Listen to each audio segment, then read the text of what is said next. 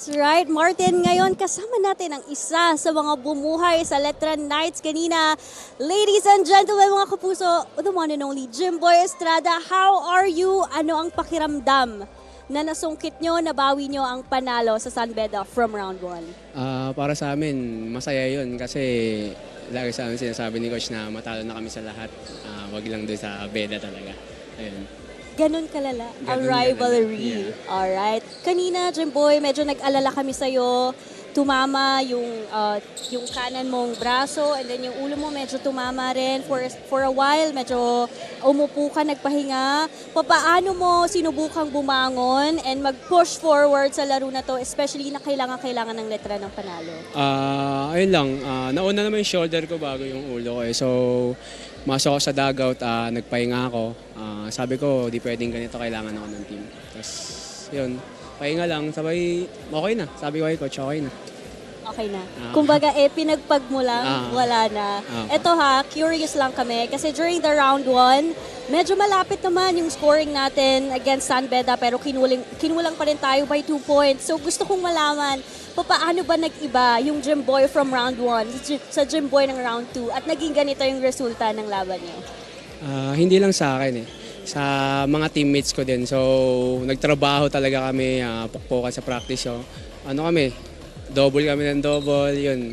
Ako naman, nung first round talaga hindi ako masyadong tumitira ng 3. Ngayon, yun, tumira naman na ako.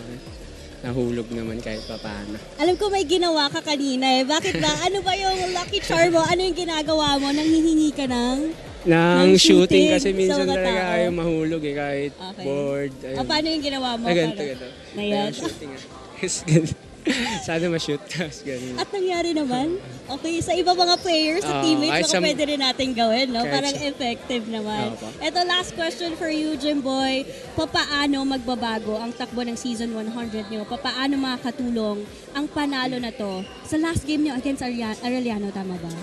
Siguro, stay composed lang din. Kailangan pa namin sa practice. Kailangan pa namin magpukpukan. Tsaka yung Arellano, kailangan namin matalo. Ayun lang.